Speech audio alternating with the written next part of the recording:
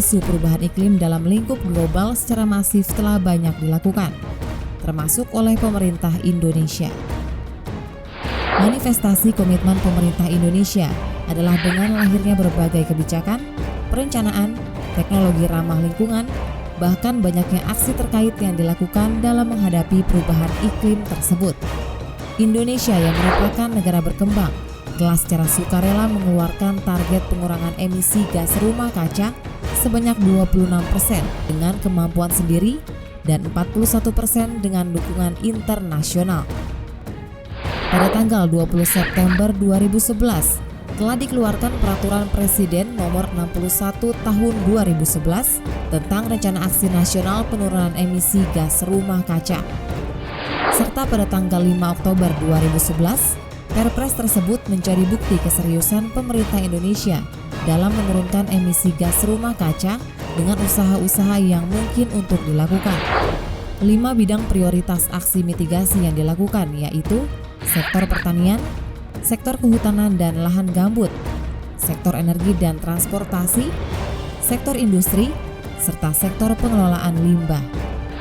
Serta kegiatan pendukung lainnya merupakan bagian yang tidak terpisahkan dari perencanaan pembangunan nasional yang mendukung prinsip pertumbuhan ekonomi, pengentasan kemiskinan, dan pembangunan berkelanjutan. Sekretariat Rencana Aksi Nasional Penurunan Emisi Gas Rumah Kaca atau Sekretariat RAN-GRK dibentuk di bawah koordinasi Kementerian Perencanaan Pembangunan Nasional atau Bappenas untuk memfasilitasi kementerian terkait dan Pemda di 34 provinsi. Adapun kementerian terkait antara lain Kementerian Pertanian, Kementerian Lingkungan Hidup dan Kehutanan, Kementerian ESDM, Kementerian Perindustrian, Kementerian Perhubungan, dan Kementerian PUPR. Sekretariat akan bertindak sebagai penghubung antara kementerian, pemerintah daerah, mitra pembangunan, dan masyarakat untuk pelaksanaan RAN dan RAT-GRK.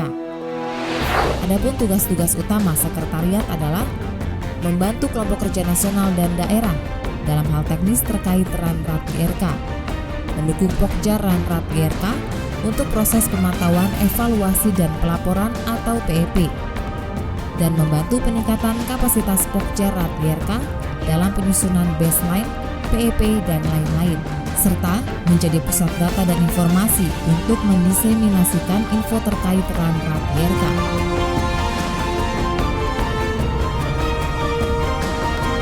Sekretariat RAN-GRK dibentuk oleh Bappenas untuk mendukung peran Bappenas dalam melakukan koordinasi perencanaan RAN RAT-GRK itu sendiri maupun implementasinya.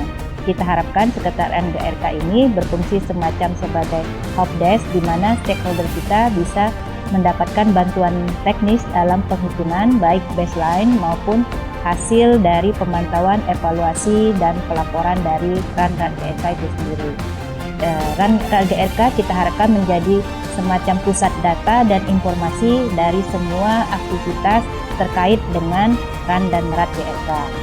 Nah, kita memang sengaja mencari staf-staf untuk Sekretariat RAN-GRK orang-orang yang bukan hanya memiliki kemampuan teknis, tapi juga mempunyai kemampuan komunikasi yang baik, sehingga bisa berinteraksi baik dengan teman-teman di daerah maupun teman-teman di kementerian lembaga, bahkan dari mitra pembangunan dari luar negeri.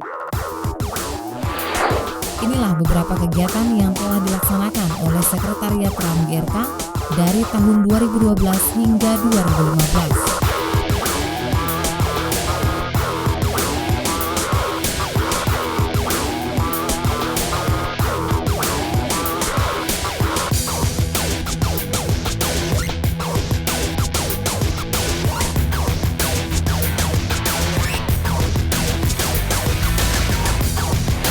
Tahun 2012, Sekretariat RAN-GRK telah melakukan pelatihan penyusunan baseline RAT-GRK dan pendampingan penyusunan RAT-GRK.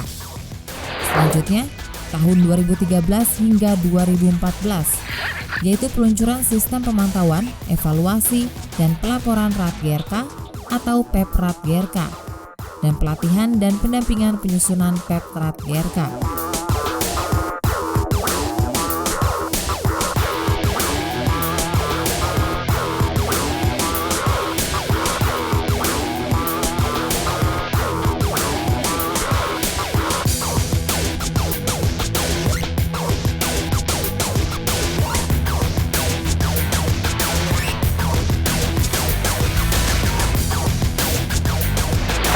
2015, yaitu revisi pedoman umum dan petunjuk teknis Peprat GRK, serta pelatihan penyusunan baseline RAT GRK.